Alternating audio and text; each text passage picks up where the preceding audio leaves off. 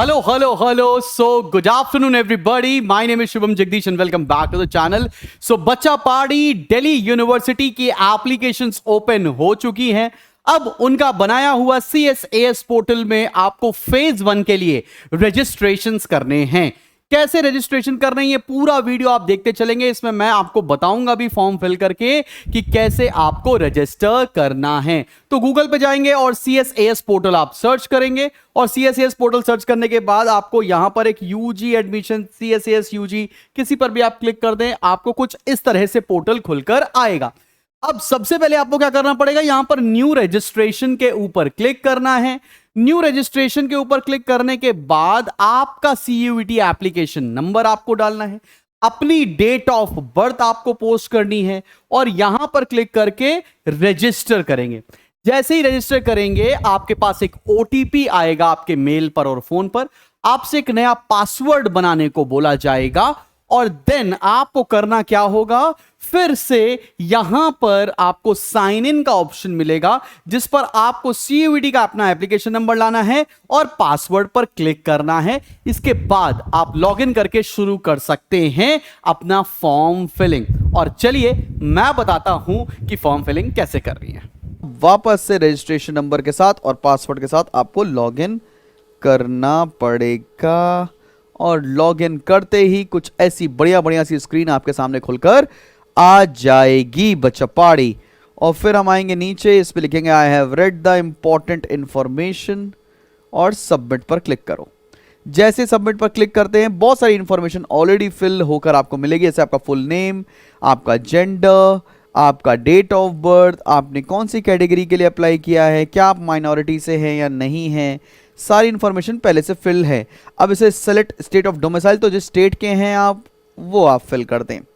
फिर family details में यहां पर पूछेगा कि एनुअल फैमिली इनकम कितनी है, जल्दी से बता दो और वो भी लिख लेते हैं हम यहां पर. एक सेकेंड.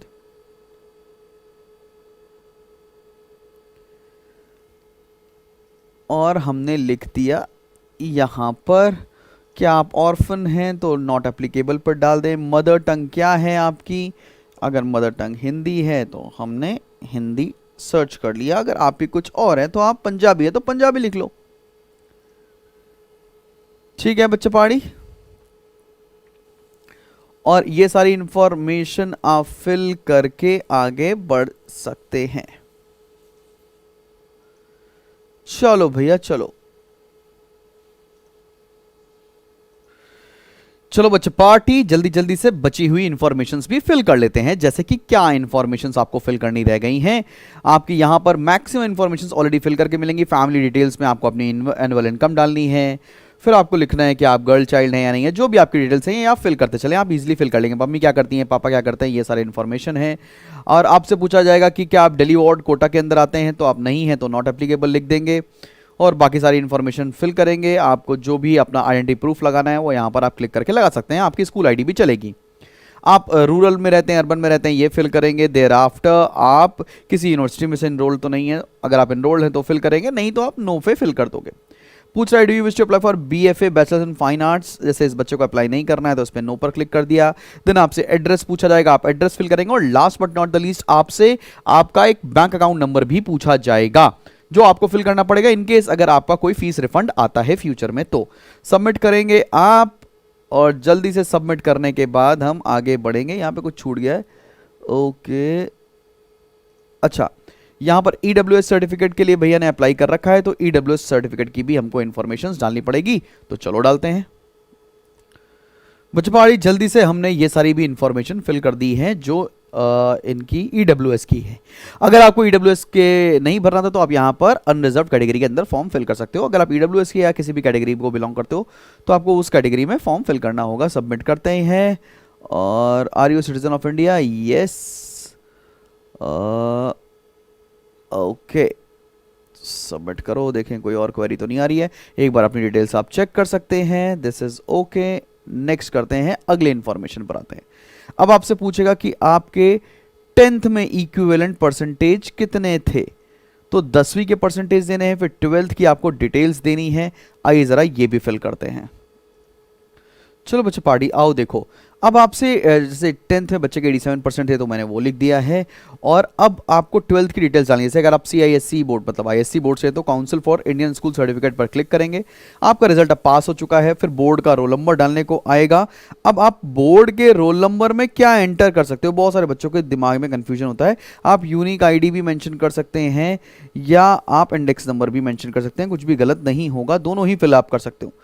तो मैं यहाँ पर फिल कर दे रहा हूँ unique ID 7586122। Alright, there you are.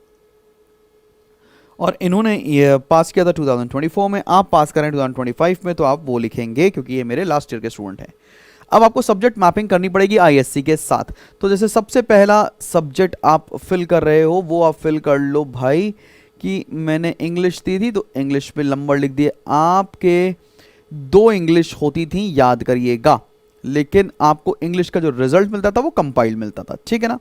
तो आपके जैसे मैक्सिमम मार्क्स कितने हैं थ्योरी के, 100 ऑब्टेन किए थ्योरी में इन्होंने 93, तो यहाँ लिख दिए। अब प्रैक्टिकल हमारे यहाँ अलग से होता नहीं है तो इसमें आप 00 और यहाँ पर 00 फिल कर सकते हैं, कोई दिक्कत नहीं। अब अगला सब्जेक्ट था बच्चे के पास अकाउंटेंसी, तो अकाउंटेंसी के मार्क्स फिल करते हैं। अकाउंट्स या अकाउंटेंसी कुछ भी चूज कर सकते हो, कोई दिक्कत नहीं। मैक्सिमम 100 मार्क्स इन्होंने स्कोर किए थे 74। प्रैक्टिकल अलग, थ्योरी अलग अलग, हमको मार्क्स बाइफरकेट होकर मिलता नहीं है, वो सिर्फ CBSE में मिलता है, तो आप ऐसे फिल कर सकते हो। देन अगला सब्जेक्ट हुआ करता था इकोनॉमिक्स। इकोनॉमिक्स का मार्क्स फिल करते हैं भाई, यहाँ पे इकोनॉमिक्स सेलेक्ट किया, 100 नंबर का टोटल था। और इकोनॉमिक्स में जितने भी आपने स्कोर किए थे, इन्होंने स्कोर किए थे इकोनॉमिक्स के अंदर 74 और अकाउंट्स में इन्होंने स्कोर किया था 86, ठीक है। तो आराम से प्रैक्टिकल मार्क्स आप 00 डाल सकते हो।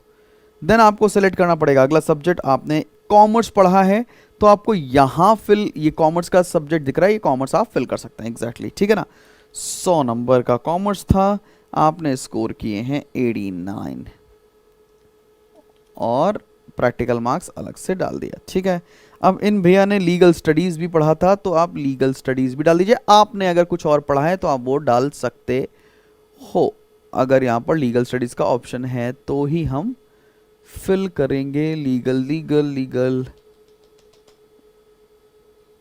ओके, तो लीगल स्टडीज़ अगर नहीं दिख रहा है बच्चा पार्टी तो अदर में डालकर आप फिल कर दो भाई। 100 नंबर था लीगल स्टडीज़ में, इनके आए हैं 80 मार्क्स, ठीक है। यहाँ 00, यहाँ 00। सब्जेक्ट का नाम भी लिखना पड़ेगा तो एंटर सब्जेक्ट नेम, यहाँ लिख देते हैं legal studies. Alright, there you are. बाकी और कोई सब्जेक्ट थे नहीं, यही सब्जेक्ट्स आपके भी आपने पढ़े होंगे मैक्सिमम। फिर आपसे पूछेगा कि कौन से स्कूल आपने अटेंड किया था, तो भैया का सेट है मार्चपुरी है, वो नाम लिख देता हूं मैं यहाँ पर।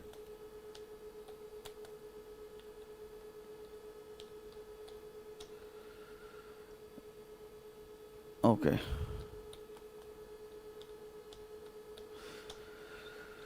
टाइप ऑफ स्कूल हमारा था प्राइवेट। स्कूल का लोकेशन NCT दिल्ली नहीं, अदर था, दिल्ली में नहीं है। मीडियम ऑफ इंग्लिश किस में पढ़ा है आपने, हिंदी आपने पढ़ी है, Hindi language studied up to class 10th। Submit करता है, किसी ने हिंदी 12 तक पढ़ी तो 12 तक फिक्स कर देना भैया। ये सब चीज़ कर लिया हम लोगों ने फिल। अब हम करते हैं नेक्स्ट का बटन। अब आपसे पूछा click to apply under sports, super sports quota के अंदर अप्लाई करना है क्या, इनको नहीं अप्लाई करना है। फिर एक्स्ट्रा करिकुलर एक्टिविटीज़ के अंदर भी इनको फिल नहीं करना है। फिर हमको करनी पड़ेंगी अपलोड। अपलोड क्या करनी है हमको, 10th का सर्टिफिकेट अपलोड करना है बच्चा पाड़ी। देखो यहाँ पर आप फाइल देख सकते हो, फोटो आपकी अपलोडेड है ऑलरेडी, सिग्नेचर अपलोडेड है। अब आपको अपलोड करनी है 4 चीज़ें, ठीक है। 10th का board certificate for date of birth, 10th की बोर्ड की मार्कशीट, फिर आपको अपलोड करनी है 12th की मार्कशीट, ठीक है ना। और अगर आपका EWS सर्टिफिकेट है तो आपको EWS सर्टिफिकेट भी अपलोड करना पड़ेगा। तो जल्दी से चलो मैं करता हूं अपलोड। बच्चों मैंने देखो सारे सर्टिफिकेट कर दिए हैं अपलोड। यहां पर याद रखना 10th का पास सर्टिफिकेट अपलोड करना है, देन 10th की मार्कशीट अपलोड करनी है, देन आपको 12th की मार्कशीट अपलोड करनी है, और अगर आपका कोई कैटेगरी सर्टिफिकेट है तो वो अपलोड करना है। उसके बाद आपको क्लिक करना है नेक्स्ट के ऊपर। You have not uploaded date of birth certificate. अरे यार अपलोड तो किया, पता नहीं क्या प्रॉब्लम थी, चलो वापस से कर देते हैं यार, ऐसी क्या बात है। Start upload.